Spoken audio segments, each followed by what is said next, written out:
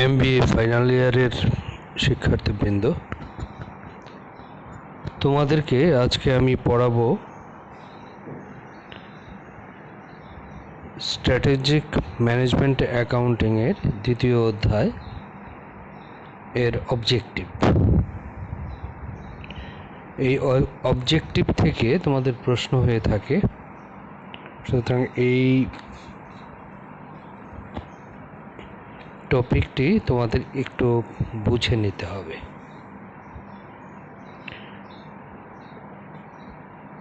অবজেক্টিভের যে ডেফিনেশন,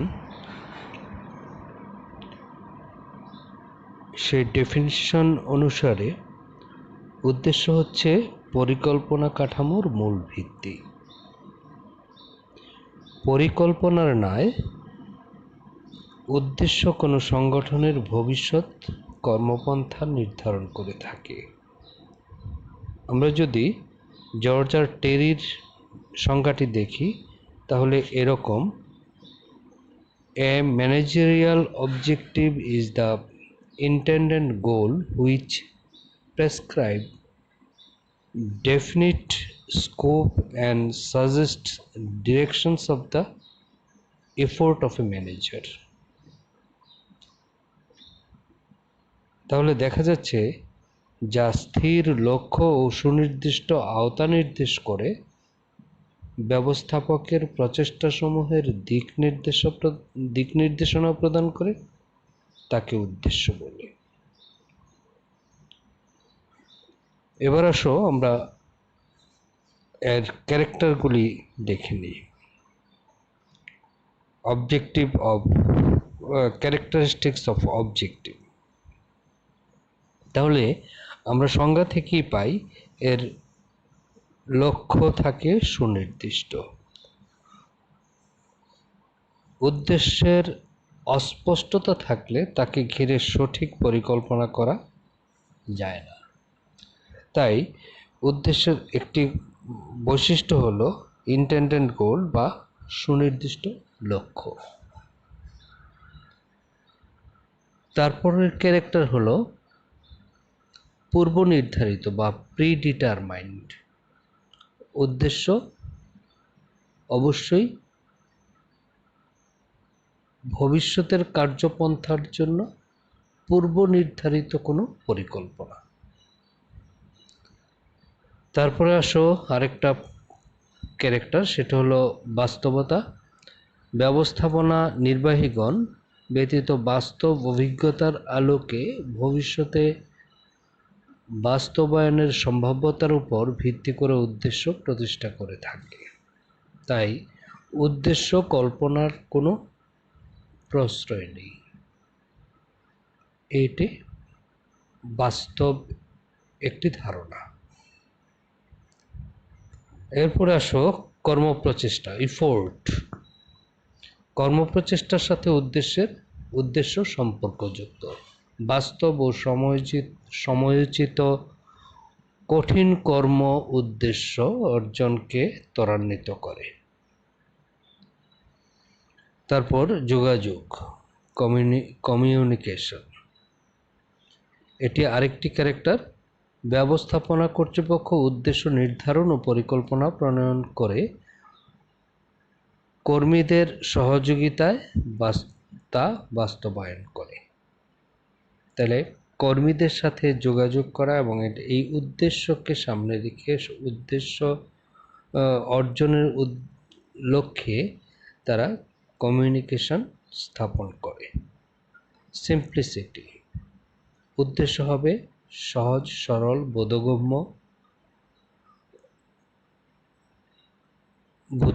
যেন সহজেই সকলে বুঝতে পারে। তারপরে আরেকটি ক্যারেক্টার হলো সমন্বয় সাধন।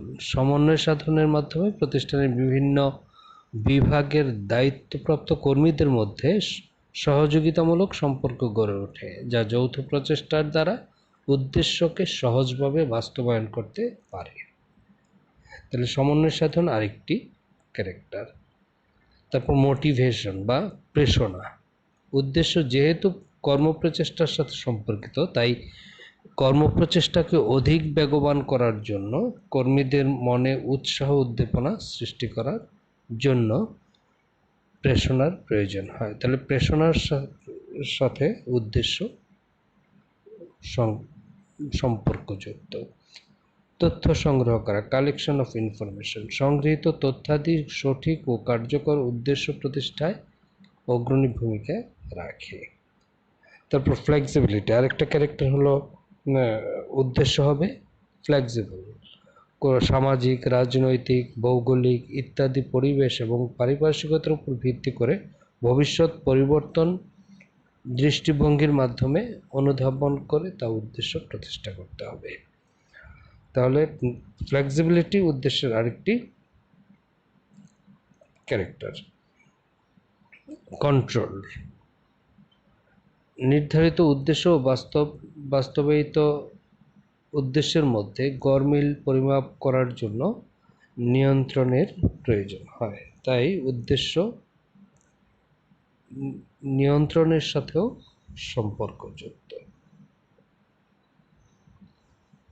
এই ছিল উদ্দেশ্যের চরিত্র বা বৈশিষ্ট্য বা ক্যারেক্টারিস্টিক্স। এবার আসো আমরা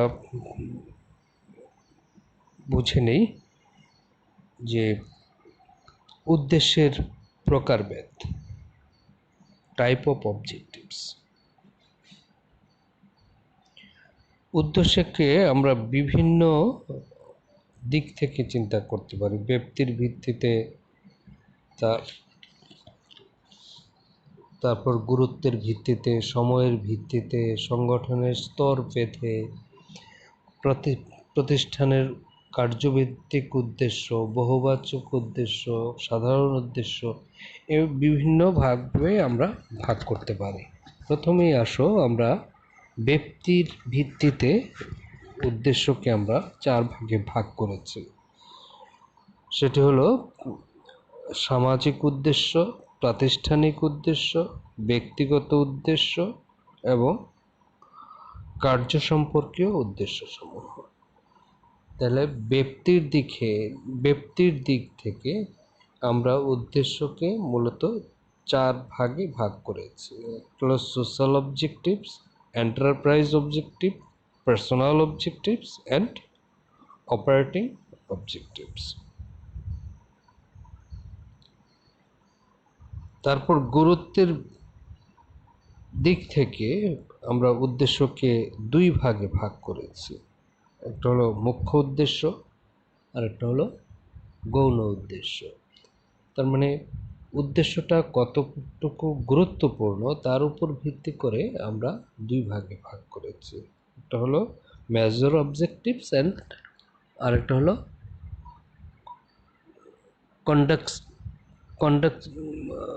কন্ডিউসিভ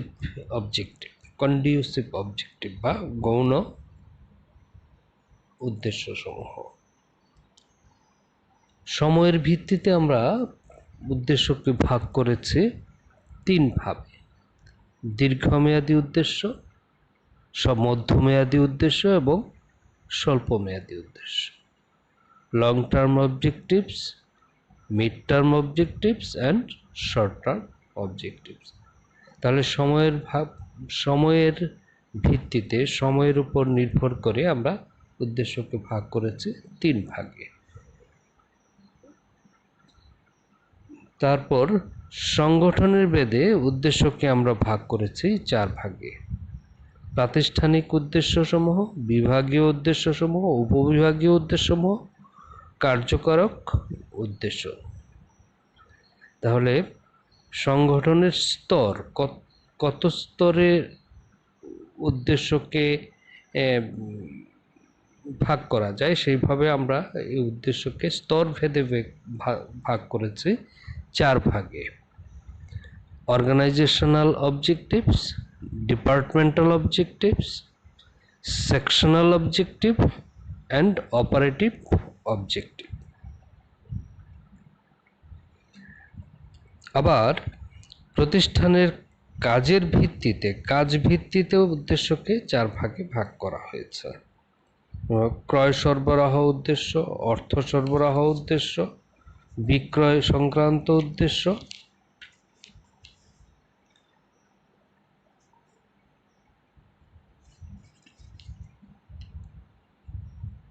এবং বহুবাচক উদ্দেশ্য।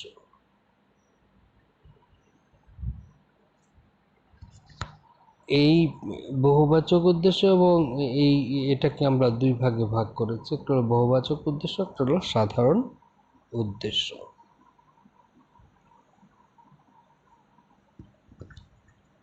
এই ছিল মোটামুটি আমাদের উদ্দেশ্যের শ্রেণীবিভাগ বা প্রকারভেদ।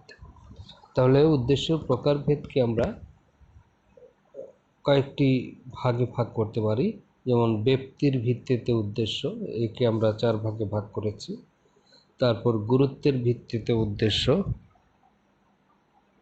একে আমরা ভাগ করেছি 2 ভাগে। তারপর সময়ের ভিত্তিতে উদ্দেশ্য, একে ভাগ করেছি 3 ভাগে। সংগঠনের স্তরভেদে উদ্দেশ্য, এটাকে ভাগ করেছি আমরা 3 ভাগে, দুঃখিত 4 ভাগে। এবং প্রতিষ্ঠানের কাজের ভিত্তিতে আমরা ভাগ করেছি 4 ভাগে। এছাড়াও রয়েছে বহুবাচক উদ্দেশ্য এবং সাধারণ উদ্দেশ্য। এই ছিল উদ্দেশ্যের শ্রেণীবিভাগ বা প্রকারভেদ। এবার আসো আমরা দেখে নেই উদ্দেশ্যের সুবিধা বা এর রোল কি বা নেসেসিটি কি, অ্যাডভান্টেজ কি, এই বিষয়গুলি আমরা একটু দেখে নিই। তাহলে importance or necessity or role or advantage of objectives, যেভাবেই আসো প্রশ্নটির উত্তর একই হবে। কোনো শিল্প বা ব্যবসায় প্রতিষ্ঠানের উদ্দেশ্য পরিকল্পনার সাথে ওতপ্রোতভাবে জড়িত। ফলে বলা যায় উদ্দেশ্যকে ঘিরেই ব্যবস্থাপনা ও ব্যবস্থাপকীয় কার্যাবলী সম্পন্ন হয়। তাই এই উদ্দেশ্যের গুরুত্ব বা ভূমিকাকে আমরা যদি শিরোনামের ভিত্তিতে দেখাই, তাহলে প্রথমেই যেটা আসবে সেটা হলো যথাযথ পরিকল্পনা প্রণয়ন, ফর্মুলেশন অফ প্রপার প্ল্যানিং। একটা প্রপার প্ল্যানিংই শেষ পর্যন্ত পথ প্রদর্শকের কাজ করতে পারে। তাহলে উদ্দেশ্যের আরেকটি কাজ হলো যথাযথ পরিকল্পনা প্রণয়ন করা, এবং এই যথাযথ পরিকল্পনা প্রণয়নে উদ্দেশ্য একটি বড় ভূমিকা রাখে। তারপর উত্তম ব্যবস্থাপনা, এটি উত্তম ব্যবস্থাপনা, একটি ভালো ব্যবস্থাপনা দিক নির্দেশনা দেয়। প্রেরণার উদ্ভব, ক্রিয়েশন অফ মোটিভেশন। এখান থেকে উদ্দেশ্যকে সামনে রেখে উদ্দেশ্য যখন আমরা অর্জন করতে যাই, তখনই আমাদের কর্মীদের, আমাদের যারা উদ্দেশ্যকে বাস্তবায়ন করবেন, তাদের সাথে যোগাযোগ এবং তাদেরকে মোটিভেশনের প্রয়োজনীয়তা দেখা দেয়। বিকেন্দ্রীকরণ, অর্থাৎ উদ্দেশ্যকে আমরা বিভিন্ন ভাগে ভাগ করে ডিপার্টমেন্টাল, তারপরে এন্টারপ্রাইজ, এই বিভিন্নভাবে আমরা ভাগ করে উদ্দেশ্য অর্জন করে থাকি। তাহলে ডিসেন্ট্রালাইজেশন একটি এই বিশাল ভূমিকা পালন করে। সাংগঠনিক কাঠামো নির্ধারণ, ডিটারমিনেশন অফ অর্গানাইজেশনাল স্ট্রাকচার। উদ্দেশ্য প্রয়োজন হলো সাংগঠনিক কাঠামোটাকে আবার সে নির্ধারণ করে দেয়। তারপর সমন্বয় সাধন, কোঅর্ডিনেশন, যেটাকে আমরা বলছি যে উদ্দেশ্য কোঅর্ডিনেশনের সহযোগিতা করে। তারপর দক্ষতার সাথে কার্য সম্পাদন, যেহেতু উদ্দেশ্যকে সামনে রেখে আমরা গোল সেট আপ করি এবং উদ্দেশ্যকে সামনে রেখেই আমরা কর্মীদেরকে মোটিভেশন দিয়ে থাকি, সুতরাং তাদের মধ্যে দক্ষতা সৃষ্টি হয়। তারপর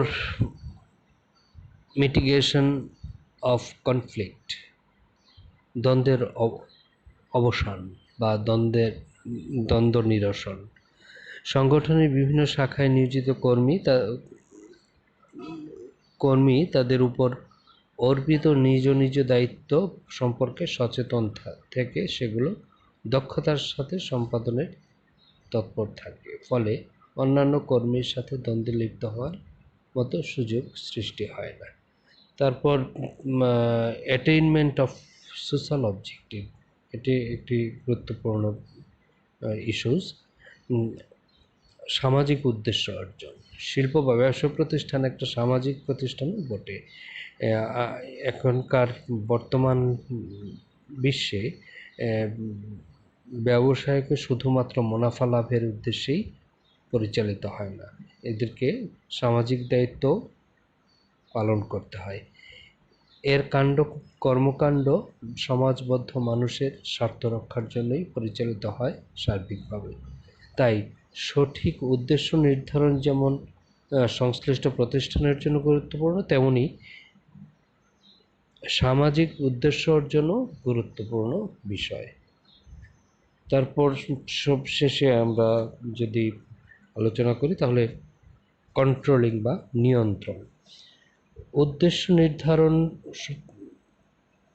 পূর্বক উদ্দেশ্য সামঞ্জস্যপূর্ণভাবে অর্জনের লক্ষ্যে বিভিন্ন বিভাগের মধ্যে পারস্পরিক সমন্বয় সাধন করা হয়, ফলে নিয়ন্ত্রিতভাবেই উদ্দেশ্য অর্জনের কাজ এগিয়ে যায়। কখনো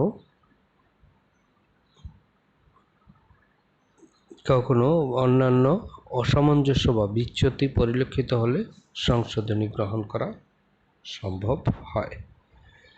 তাহলে শিক্ষার্থীরা, MBA ফাইনাল ইয়ারের শিক্ষার্থীরা, তোমাদের সাথে নেক্সট ভিডিওতে আবার কথা হবে, আবার দেখা হবে ইনশাআল্লাহ। সে পর্যন্ত তোমরা ভালো থাকো, সুস্থ থাকো এবং বাসায় থাকো, নিরাপদে থাকো। ধন্যবাদ সকলকে।